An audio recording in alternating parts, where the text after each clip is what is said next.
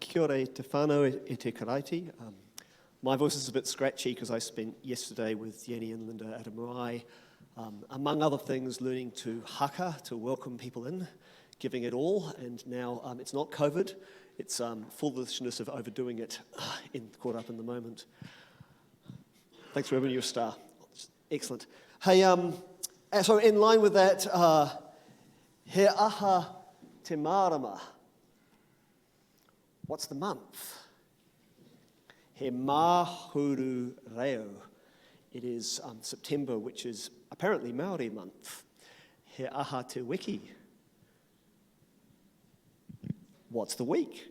It is he wiki o te reo. So today, this last week has been Te Reo Week. I was very impressed. Did anyone watch Channel 3, The Project? They did the entire thing in Te Reo. With Westerners, they were staring at the screen that they were reading from. It was really, I didn't think we could do that. It was really impressive. Hey, we're going to be carrying on from what we looked at last week. Last week we had a look at the Matthew 25 and looked at the three stories in it which seemed to be saying, do something. Not that you had to do it to earn your salvation, but this, if you're connected with this God that loves the world, well, you should do something about that, not just do nout. And a number of us embarked on the Matthew 25 challenge, which meant that, yes, Gary, you were so not alone. Our surprise was that my wife, who has many times given me a hard time about how addicted I have been to coffee, suffered withdrawal from tea. And in fact, later on in the day, apologized to say that she had not been sufficiently sympathetic to me when I had suffered withdrawal.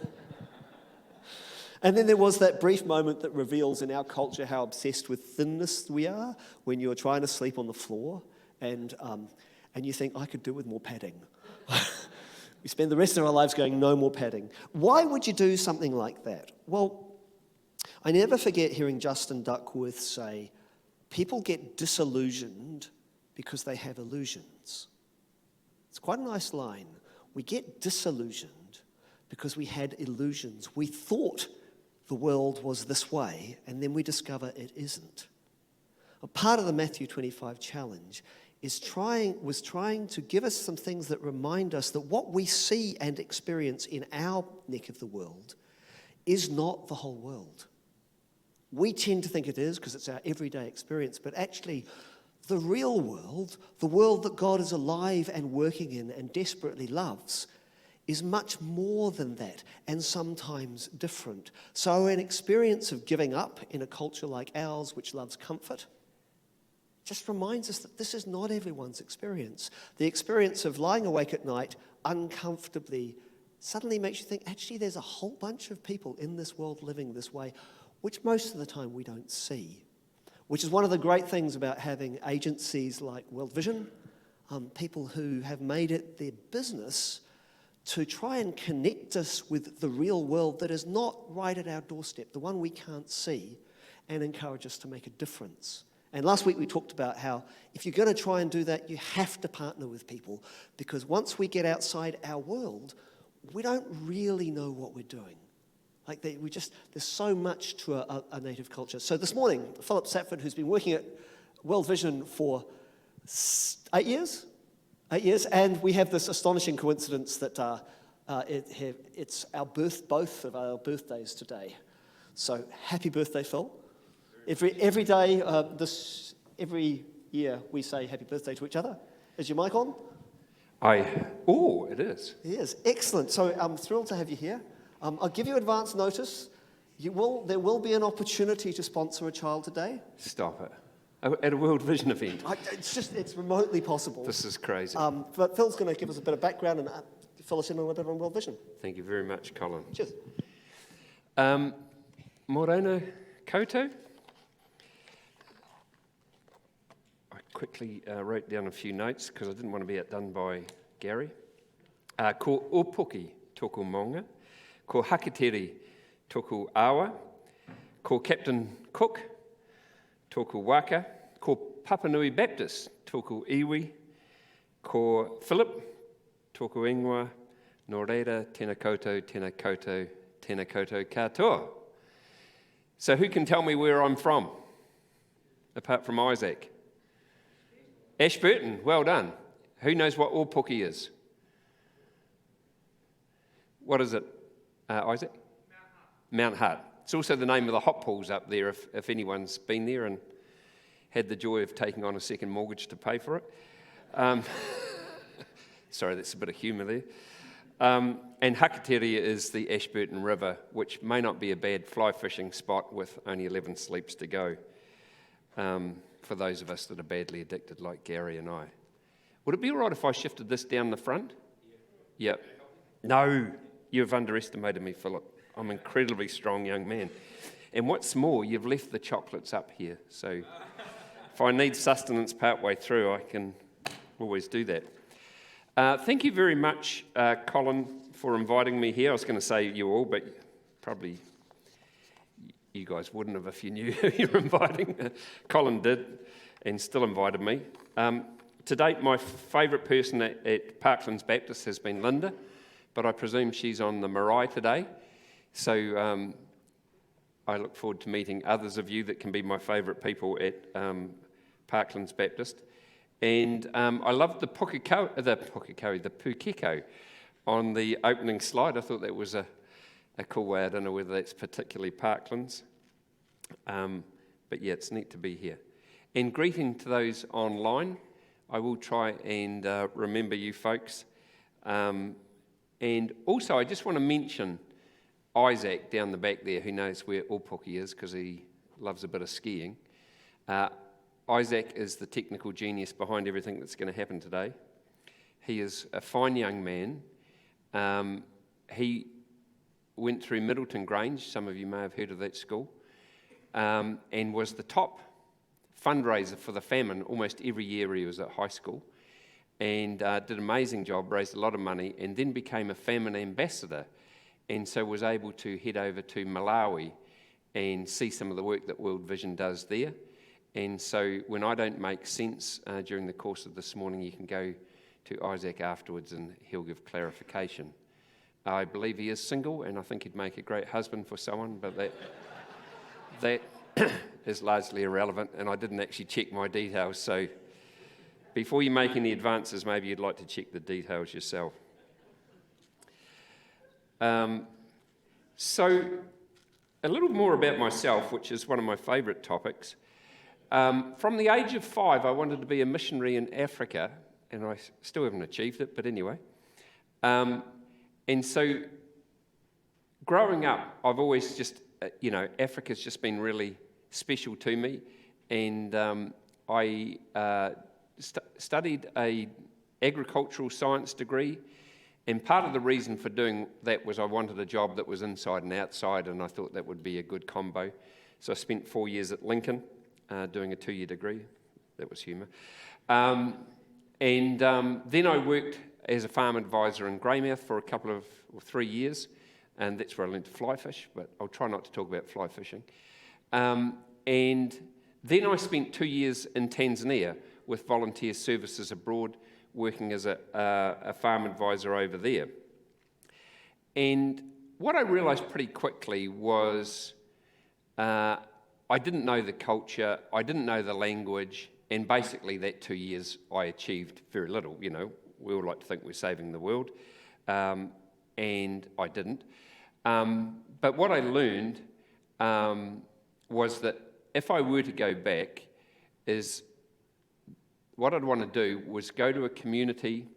Let me give some context. So has anyone heard of Arusha, Tanzania? You have? Has anyone been there? Oh, impressive. So Arusha is like the Queenstown of Tanzania. It's unbelievable. It's incredibly scenic. You've got Mount Kilimanjaro there, and it's very close to the game parks like Serengeti and Ngorongoro Crater and what have you. So there's lots of tourists, and things just seem to work really well there. The electricity tends to stay on, which isn't as reliable in other parts of the country. But it just seemed a little bit like false to me. And so what I wanted to do when I came back was to live in a rural community and be a part of that small community and work in agricultural development, because I think you can see incredible difference with what what you do with helping people to eat and et cetera, et cetera.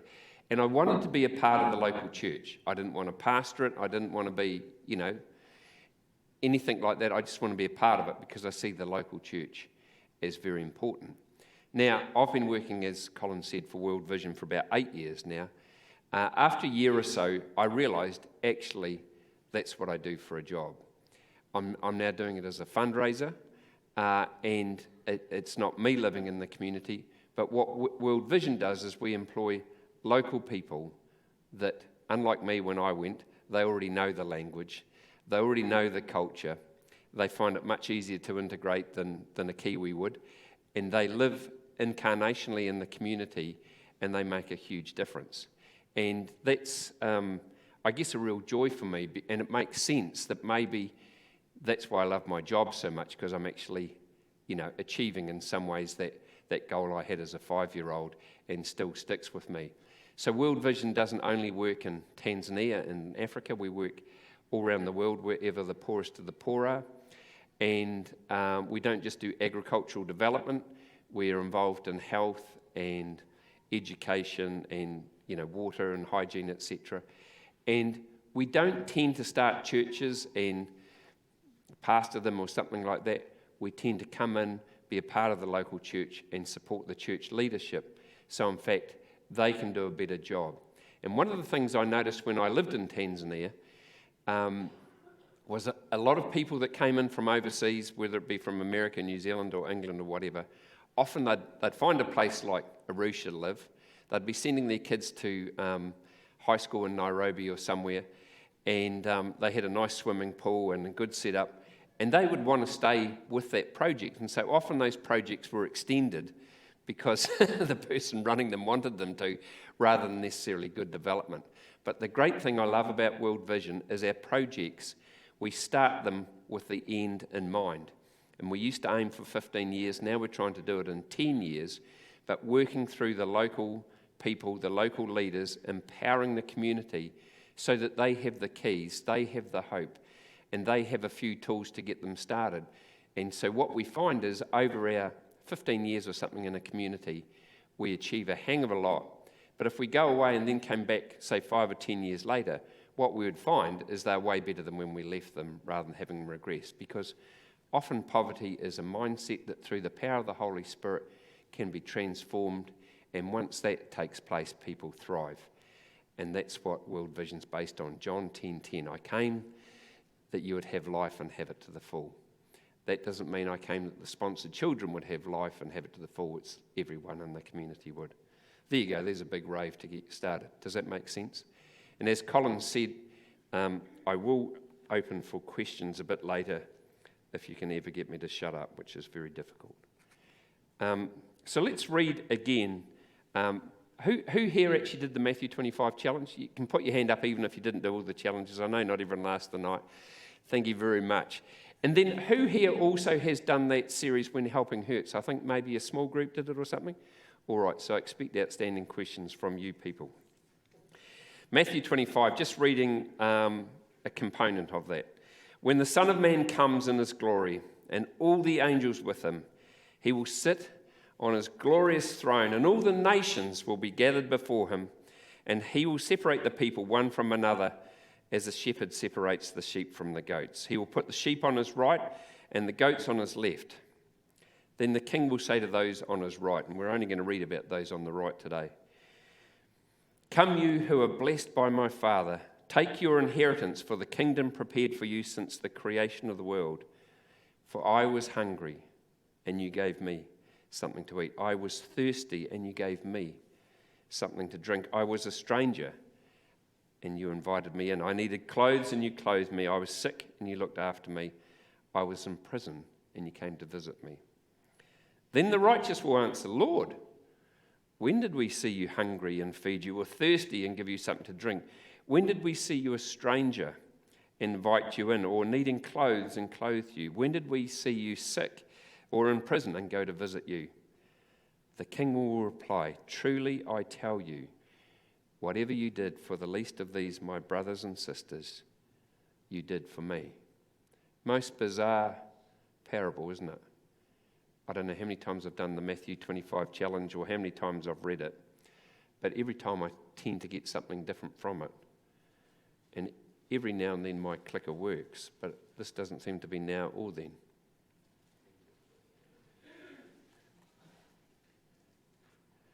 Anyway, if we could go to the next slide, that would be appreciated. So the interesting thing is, who's speaking in this parable? Jesus. It was a little bit muted. Who's speaking in this parable? Jesus. Thank you.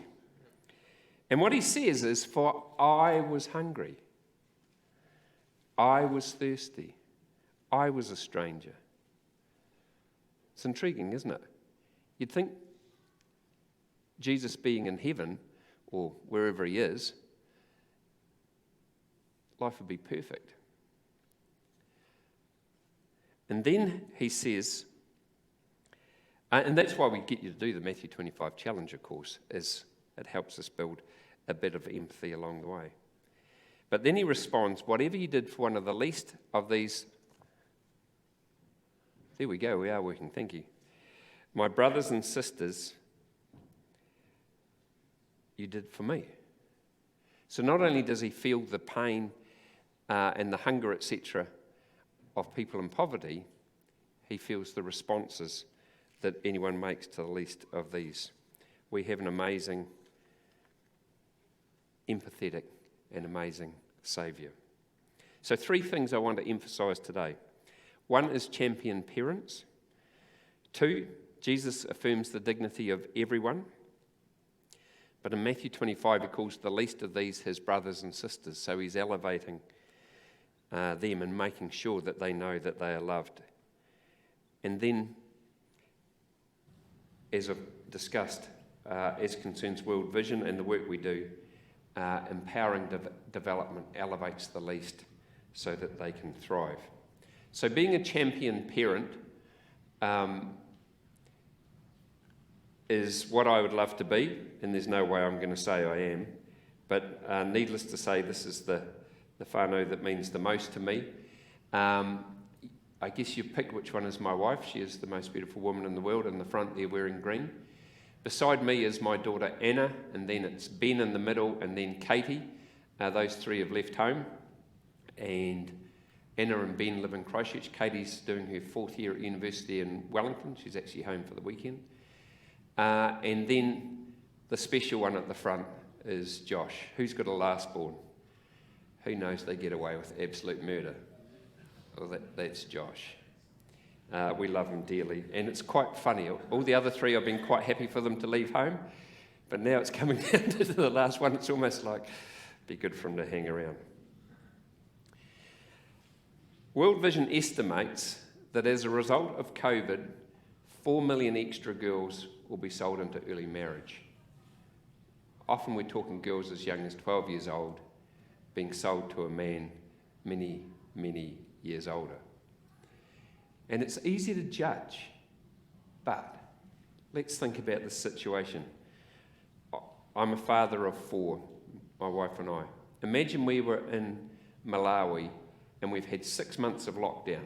Normally I go out, work in the local town, earn $1 a day, and with that $1, we can buy 3 meals, hopefully, for the kids and ourselves to survive. However, we've been in lockdown, we haven't been able to go out to work. The government's been giving us some food, but it's not enough. I've got a 12-year-old daughter. The man down the road is keen to marry her and pay me. I know that she will get fed. I know that with that money that I'll be able to feed myself, my wife, and our other 3 children. And so it's actually an option, isn't it? It's terrible and it shouldn't happen, but it's the reality.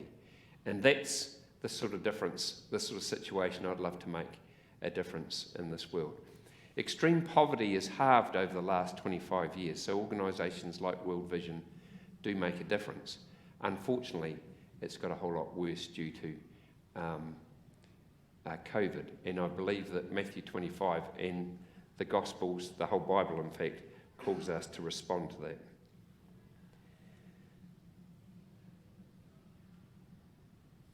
So God is calling us to strengthen the weak and elevate the least. So what does World Vision do? So this is an example. That slide hasn't come out perfectly, but that's not a problem. So this is a community of 35,000 people that we've recently closed down. It's in Uganda, in the south of Uganda, called Buyamba. And over the 15 years that this project was going, from 2006 to 2020, we went from 30% of the families having access to clean, fresh water, safe toilets, to 97%. We went from 54% of children passing their final primary school exams to 90% passing. We went from 5% of families eating 3 meals a day to 97%, and from 23% of families having enough crops that they could sell some surplus to 99%. And one of the examples of this sort of response that I was fortunate to meet in Malawi in a project called Onga, that I'm going to talk a bit more about soon, I was fortunate to meet a woman by the name of Mama Esther. And what I love about World Vision's work is we actually make the parents the heroes. They're the champions. Like what I want to be in my family, they should be in their family as well. What previously World Vision used to do as concerns child sponsorship was we would choose a child and give them the benefits, and the other children would miss out. And then in some ways, I as a sponsor would be disempowering the parents and saying, look, you've failed here, but I've rescued this child. Both of those are wrong. Both that I would be thinking that way, and of course that would be happening to the families. So the way that World Vision works is that we work with the entire community, and the $50 a month that is paid as child sponsorship goes into a bucket that the community leaders and the World Vision staff, they decide what the priorities are. They put the money there so that everyone gets the opportunity to thrive, so that the parents become the heroes, so that every child thrives. Does that make sense? So the story of Mama Esther is that she had 4 kids. I assume she was a solo mum. If there was a husband, I didn't meet him. And she was taught how to improve her maize production. Now, maize is the staple diet of Malawi, and she had a farm probably not too dissimilar to the size of this auditorium, maybe more the size of the church. Anyway, she was able to increase her maize production tenfold. That's not 10% more, that's 10 times more. And I don't remember the exact figure, so I'll make these up. So maybe she was previously producing 8 sacks of maize a year. Now she's producing 80. And maybe it takes 15 of those sacks to feed the family for a year. So now she's got 65 that she can sell for whatever she decides is the greatest priority, which might be some meat or some other forms of protein and good nutrition, etc. It's probably going to be uniforms for the kids, because you can only go to school in Malawi if you've got a uniform. And her son had an accident and broke his leg, so she was able to pay for medical attention and things like that. Does that make sense? So she was empowered, she was given the opportunities, and she was making the decisions. Now, who's ever had a thatched roof for a house? Did you, Gary? You did? It was probably a very good one. The ones I observed in Malawi weren't often so good. There's 2 real weaknesses of thatched roof. Is often in the rainy season they'll leak, and so instead of sleeping on the floor like you normally do, you're standing in the corner and the floor's turning into mud, and that's not a great night's sleep.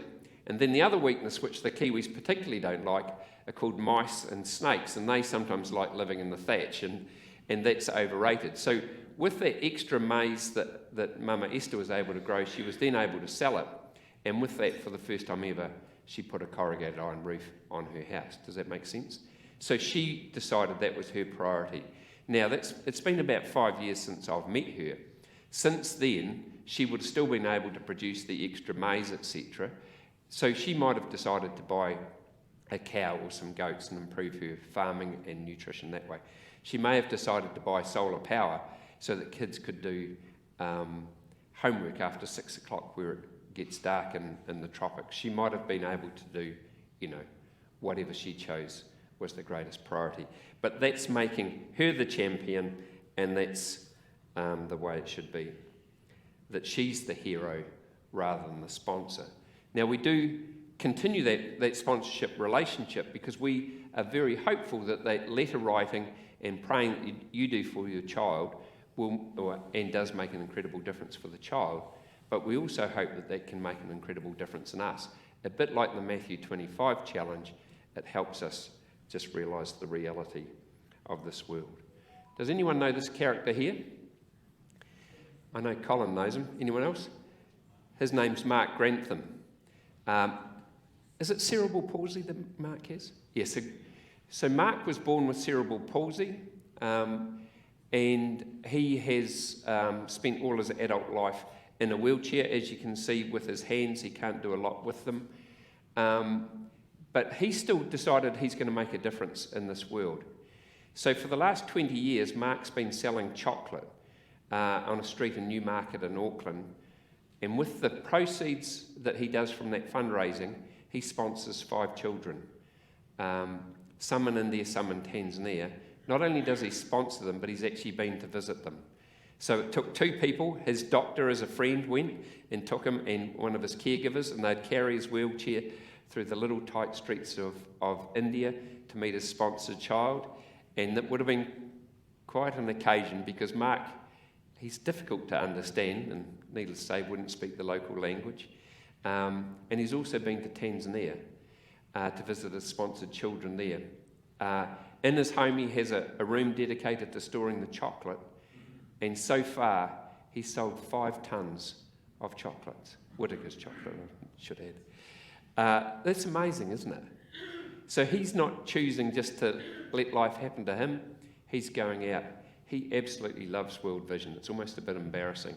For his 40th birthday, he came to Christchurch, and he wanted to be in the Pillars Cafe so he could meet the World Vision staff in Christchurch as a 40th birthday treat, having come down from Auckland, etc. He uses a little zip-zap thing these days that you just have to flash your card at, and it automatically takes $2.50 out of your account. But in the old days when it was just cash, if he sold, say, for simple maths, 10 bars of chocolate at $2.50 should be $25. Often there'd be $30 or $40 in there. And he's a legend. I absolutely love the work he does. So, what would that mean for us? Well, sometimes we have to make a sacrifice if we're going to decide to sponsor a child and make a difference in that way. Typically, what I've found with most of us, little things have snuck into our life that previously didn't used to be essential. Sky TV, Netflix, Disney+, there's many I could list. Maybe we could do with one less of those. Maybe it's the classic, maybe, less purchased coffee and less headaches on a Tuesday when you're doing the Matthew 25 discipleship challenge. Maybe buying second-hand clothes a little bit, which is good in all sorts of reasons. So that's my introduction. There's a little bit more to the story, but that's the way that I love to encourage people to make a difference so that less girls are sold in marriage and that we're empowering the people, elevating the least of these brothers and sisters, and having the right people be the champions in development, i.e. the parents rather than the donors or something like that. Any questions? Roving Mike even. This is serious. I have one to kick us off. So, supposing we put $100 in towards this kind of stuff, how much actually goes to the field? Good question. So, from total income that World Vision receives, 85% goes internationally to the field, which is actually a very high percentage, and you don't want to get too much higher than that because it's sort of, you need to keep the home fires burning. Fat cats like me need our incredible salaries and, chocolate on our birthdays and things like that, as well as the admin and all those good things. However, what I've learned is the better question is how good is every dollar that goes to the field? Does that make sense? So you remember the example of me going to Tanzania with volunteer services abroad. They had to pay for my airfare, which return to Africa these days is 3,000 or 4,000. If I'd had a wife and kids in those days, you'd multiply it. Then maybe my kids would have had to go to high school in Nairobi or something like that, and now we're talking tens of thousands of dollars. And then you need to bring me home on furlough, and then I need to spend the first few years of my time over there actually learning the language and the culture. You can see where I'm going. Now, I'm not saying that people like us shouldn't go, but there is a certain level of inefficiency there. Whereas with World Vision, as I mentioned, we're using local staff who already know the language, who know the culture, who are happy to go and live in the community incarnationally for that decade or so, and work with the leaders of that community to make a real difference. Then I think the method's very good and the efficiency is extremely high. Does that make sense? Any other questions? Is World Vision only working overseas? Do they do anything? Yeah, great question. In New Zealand, we don't do anything. However, if I can quote South Africa, or let me talk about India. So India's got a wealthy middle class, but proportionally it's small compared to those in some levels of poverty. So India, for World Vision, gets a lot of donations internationally, but they also do fundraising from within the country. For South Africa, they only do work in their country, but they do all the fundraising within their country because there is a middle class there as well. Does that make sense? In New Zealand, we don't. We have great debates about what we could do if we did, because, and it's like that when Helping Hurt series, what we do internationally is exactly what we should be doing locally, and I think what you guys as a church are working towards anyway. So at this stage, no, we don't, and it's probably not likely. In Australia, we do a little bit with Aboriginal communities there, so yeah, does that answer your question? Any other questions? How has climate change, like in New Zealand, we're starting to see the flow and effects of our climate changing. How's it affecting? Yeah, so where I lived in Tanzania, we used to get 2 distinct rainy seasons a year, and the rains would come down from the north and then go back up to the north, and then you'd get rains the second time. In Malawi, for example, in South Africa, I think it's more just one rainy season. It comes down, stays there for a while, and then goes back again. They are getting far less reliable, and often people are planting crops and the rain's not coming. Or what's also really bad is you plough up the land, sow your crops, and then the rains come so heavy that it washes not only your seeds away, but the topsoil. And yeah, typically it's affecting the poorest of the poor more than any other part of the global culture. Yeah, things are getting worse. What checks do you have in place to make sure that the funds are actually utilised the way they should be and not misappropriated Yeah. by people in the community? Lots. And we're very highly audited. In fact, we had a complaint about a project recently that the Australian government funded because they thought it was so good. And the Australian government paid PricewaterhouseCoopers to go through everything with a fine-tooth comb. They couldn't find a cent out of order. In Africa and in Malawi, for example, it's all local staff, but it tends to be the national director is from another country, just because many African countries have tribalism and different things, and it can be a bit tempting if the boss is from your tribe or something like that. So the boss of Malawi might come from Rwanda, and the boss of Rwanda might come from Kenya, and the boss of Kenya might come from Congo or something like that. But yes, there is lots of checks and balances, and yes, that does take administration cost, but it's certainly well worthwhile. Sorry, I can't give you a better answer to that, but the answer is yes. There's lots. Time is moving on, but is there any... Fill the thrill at the front. You said about after you finish the project, you still keep your finger in the community or something. You said something like that. Is that right? You still monitor it? No, my comment was if we left and then came back in 5 years' time. So New Zealand was one of the first countries that said, let's distinctly aim for this 15-year period. It was a project we were doing in South America, and that was our story that we left. And about probably 5 years ago, some of our staff went back and visited that project, and it was 5 years hence, and they couldn't believe the difference. You know, they'd monitored everything over 15 years. They wondered, had it dropped, had it stayed the same, but it had thrived. Because, you know, it's like you get you might be given a cow, and as part of the repayment of that, you pass a heifer calf on to someone else, but that cow can make an incredible difference, and then it blossoms. Then your kids get educated, and then they'll do so much better than you have done that possibly wasn't educated, and then it just builds from there. Poverty was a mindset, so I was just wondering how that mindset might have been maintained to maintain the project. I think, so the comment is poverty is a mindset. How does that be maintained? Well, it's just so exciting that people would never want to go back. You know, one of the stories I heard from Onga in Malawi is a guy whose name I couldn't remember, but he was so poor and so embarrassed by his clothes that he was too embarrassed to go to church.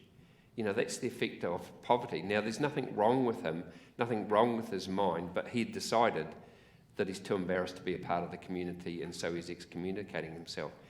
He's now a very successful tomato grower that he sells in the local market. And with those tomatoes, etc., he's able to buy new clothes. He's able to feel as if he's doing something rather than just waiting for handouts from the government. And that's a change in mindset that he'll never go back on. All right, we're running out of time. We need to skip ahead here.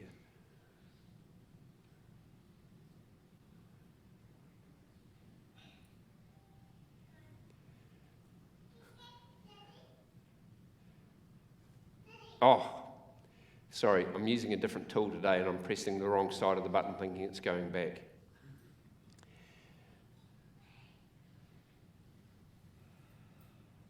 Here we go. All right. So what I'm going to do is offer you an opportunity to sponsor a child. But the way we're doing that has changed, and that's what's called Chosen.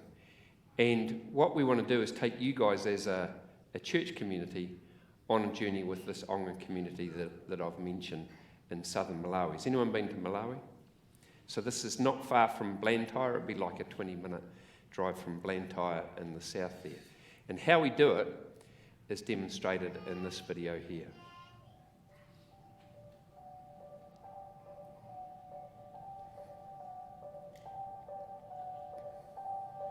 In the heart of downtown Chicago, hundreds gathered who wanted to sponsor a child through World Vision. But unlike so many sponsorship events before, this one was a bit unexpected.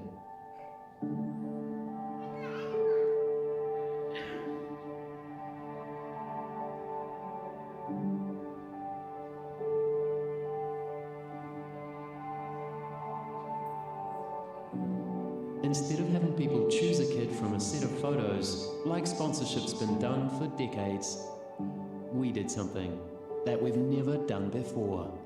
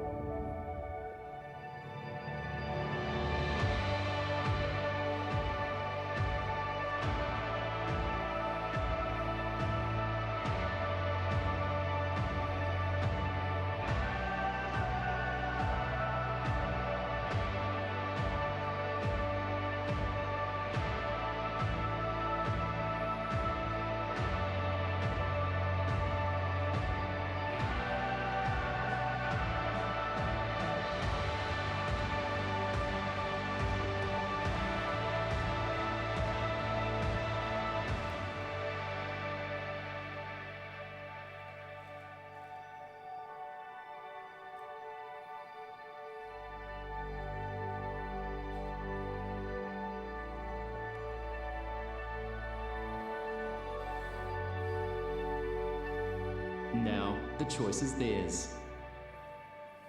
The choice to take hold of their future, to pursue their God-given gifts, to become changemakers in their communities, and even the choice to step into a life-changing relationship with you.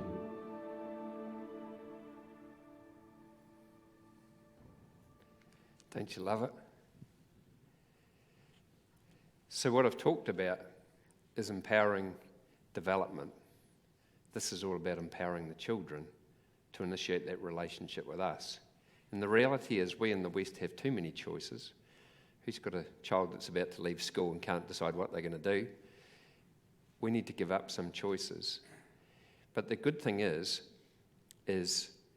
instead of me choosing a child in Tanzania, you choosing a child in Malawi and someone else choosing a child in Cambodia, what we're doing is all the churches in New Zealand that are doing Chosen this month are all having their photos taken at church services like this today, and some did it a week or so ago. So on Monday, all of those photos will be emailed over to Onga in Malawi, and for round figures, we'll say there's 100 people wanting to be chosen. And then, so 100 photos will be printed out in the World Vision office. Then on Tuesday, there'll be a party and 100 kids will be invited. And there'll be food and drink and fun and games and what have you. And there'll be a bit of spiritual nurture. And then one by one, the kids will come in and they'll see your photo that we take today. And those of you online, we can explain the system for you to do it as well.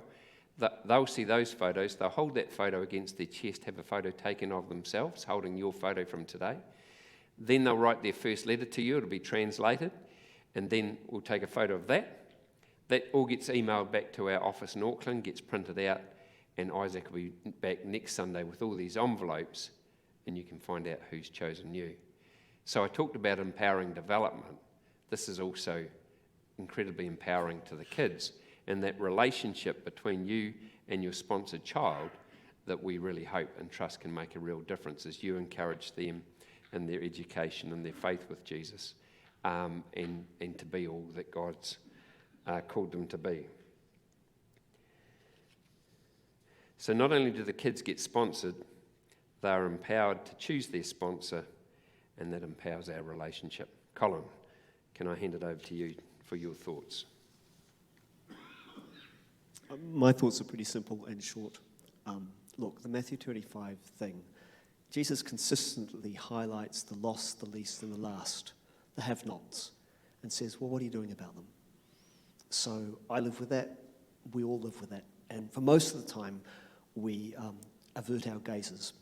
We quite like Netflix and these things that present us worlds that are very carefully edited to look like worlds we'd like to live in, but we live in this one. So, I don't control your wallets, and I wouldn't dare. Linda runs the finances in my family. And so you may not be in a position to do anything about this, in which case don't. But this is something we can do that makes a difference. Yep. And if you're going to do something to try and help people who are in another part of the world whose level of poverty is a real story, you're talking about $1 a day. We can't live off that. If you're going to do that, then you have to partner with someone. You have to. It's quite a nice way of partnering. So my not a good salesman line is just simply to say, consider this. If you have the space, or if there's something you're willing to give up to make it happen, in God's economy, as I understand it, you are doing that for Jesus. If you don't, then you don't. Yep. No problem. No, you don't. And there are other opportunities to do this, but all of us should be looking to, this is the world that we are living in. What are we doing about this? Side story, there's an economist in Bangladesh who used to walk through a village every day to get to his university. And in the 1970s, there was a drought. And he suddenly said to himself, if what I'm doing in economics does not translate into this village, it's useless. And so now there's an entire bank in Bangladesh formed around this. I think we have that same challenge all the time. What am I going to do about this? And as you say, just so many choices in the world. This is a legitimate choice, is what I'm telling you. Linda and I think we might sponsor 2, but it might just be 1.